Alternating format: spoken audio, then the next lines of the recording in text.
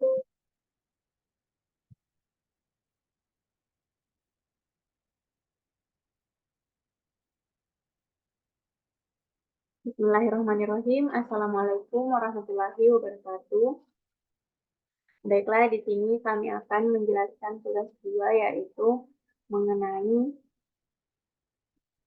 SRS dari pengembangan aplikasi Google Classroom. Adapun yang akan dibacakan oleh Ayumi Permatasari.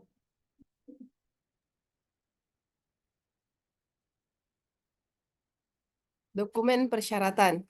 Dokumen ini menjelaskan tentang spesifikasi persyaratan perangkat lunak untuk sistem informasi Google Classroom yang mengelola proses pembelajaran di lingkungan pendidikan seperti pendaftaran kelas, distribusi materi, penugasan, interaksi antar siswa dan guru, pengumpulan tugas dan penilaian tugas serta pemantauan pelaporan. Ini ditujukan kepada pelanggan dan pengembang untuk diketahui informasi pembelajaran online dan diharapkan dapat menjadi langkah awal untuk fase perancangan sistem. Cakupan produk. Perangkat lunak ini mendukung informasi dari sistem untuk memfasilitasi interaksi antara guru dan siswa dalam konteks pembelajaran.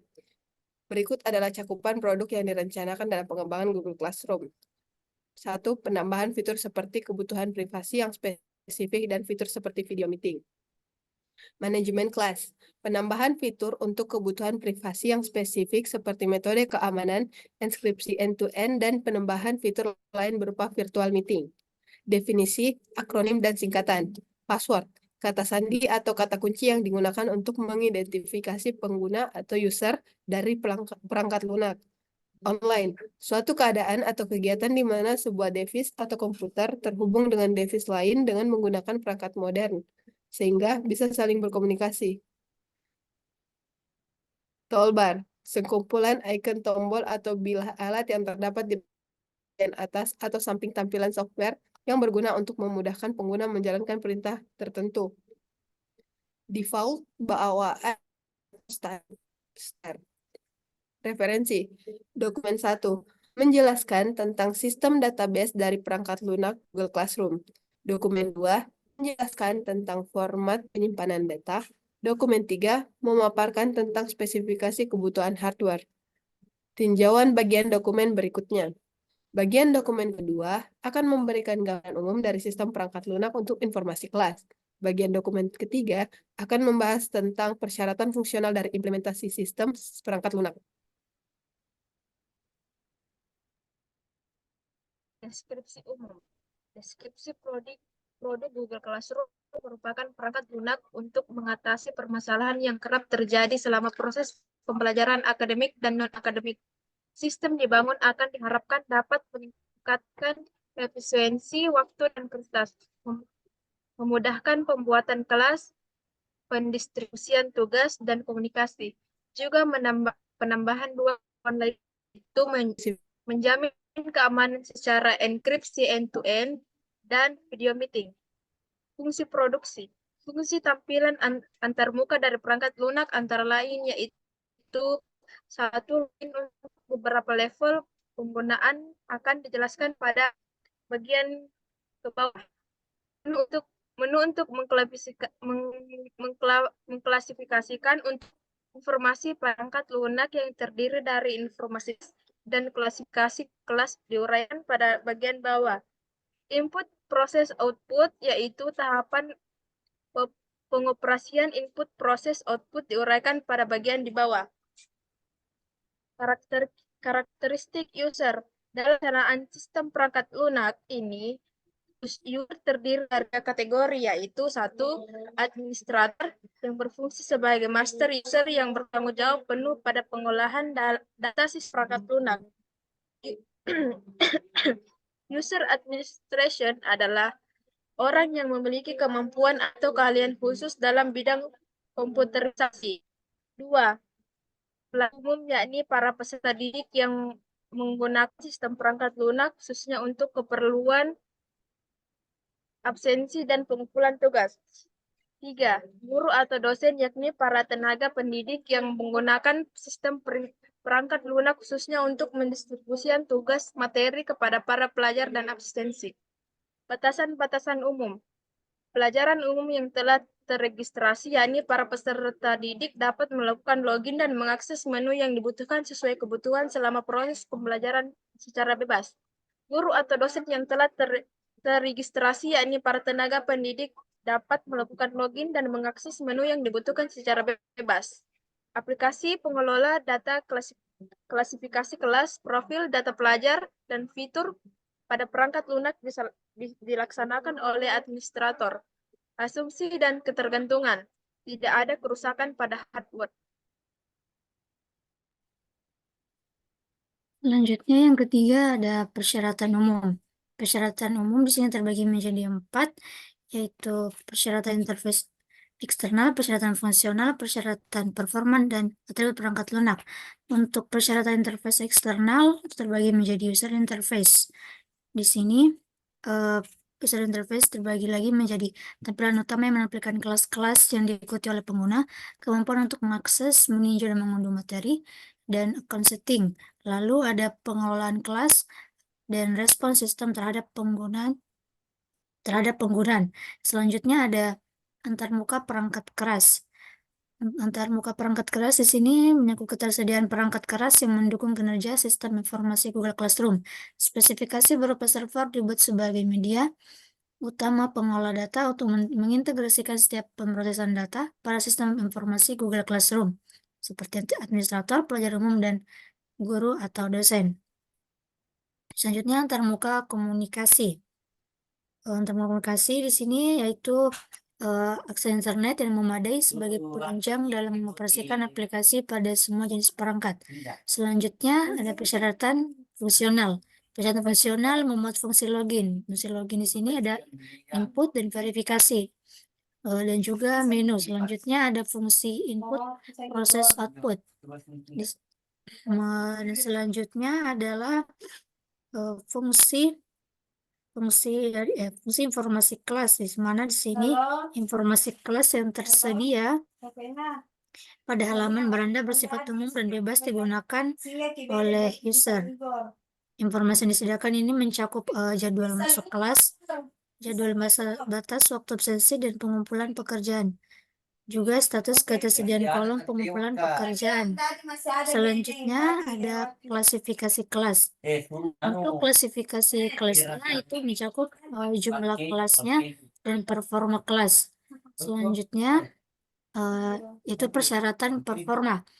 Di persyaratan performa ini ada pelayanan kelas, di mana setiap user yang ingin dan akan mengikuti kelas tertentu terlebih dahulu menginputkan kode kelas yang sebelumnya telah diberikan oleh guru atau dosen.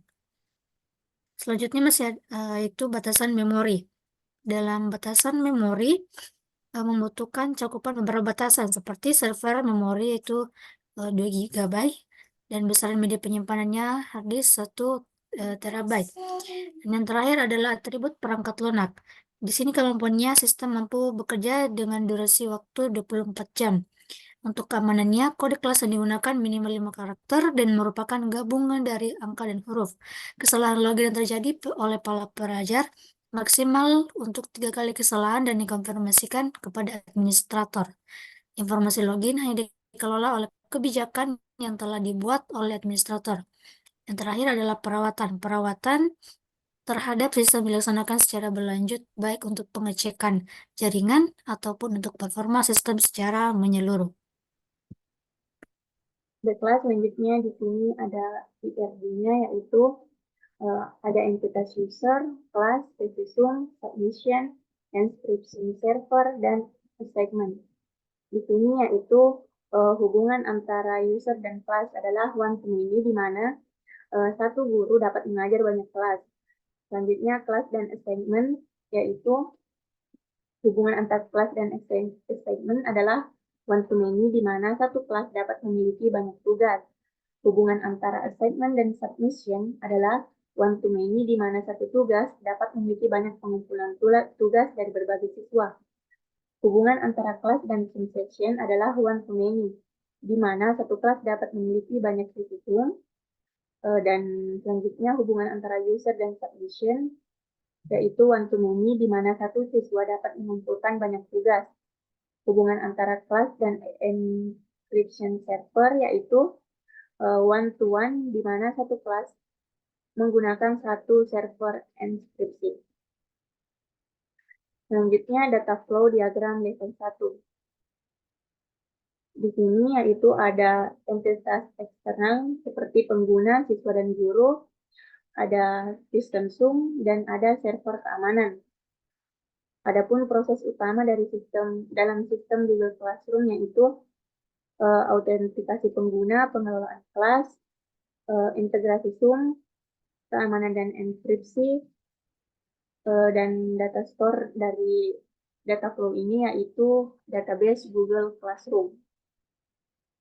Adapun aliran datanya yaitu informasi login dari pengguna ke proses 1 autentikasi pengguna.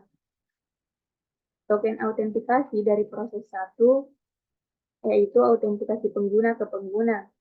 Data kelas dan tugas dari guru ke proses 2 pengelolaan kelas. Selanjutnya, data siswa dari siswa ke proses 2 yaitu pengelolaan kelas. Data kelas dan tugas yang dikelola dari proses 2 yaitu pengelolaan kelas dan database Google Classroom. Permintaan sesi Zoom dari pengguna ke proses 3 yaitu integrasi Zoom. Data Zoom dari proses 3 yaitu integrasi Zoom ke sistem Zoom. Link sesi Zoom dari sistem Zoom ke proses integrasi Zoom. Selanjutnya, data yang memerlukan enkripsi dari integrasi Zoom, selanjutnya ke proses keamanan enkripsi dan enkripsi. Selanjutnya, data yang didekripsi dari server keamanan ke proses 4 keamanan dan enkripsi. Selanjutnya, adapun flowchart-nya yaitu ketika sebuah aplikasi dibuka, kita akan masuk ke bagian homepage. Nah, di homepage tersebut, kita akan masuk ke menu login dan akan memeriksa dua kondisi. Jika terverifikasi, maka kita akan terverifikasi apakah kita terverifikasi sebagai tenaga pendidik, administrator, maupun peserta didik. Jika tidak, akan kembali ke menu login. Nah, jika kita terverifikasi sebagai tenaga pendidik, administrator, ataupun peserta didik, maka kita akan memiliki hak akses, yaitu seperti pelajar umum memiliki hak akses untuk mengirim respon untuk kelas. Jika kita terverifikasi sebagai administrator, kita akan mengontrol aplikasi. Dan jika kita terverifikasi sebagai tenaga pendidik, kita dapat membuat dan mengatur kelas. Baiklah, sekian dari presentasi kelompok kami. Kurang dan lebihnya mohon dimaafkan. Wassalamualaikum warahmatullahi wabarakatuh.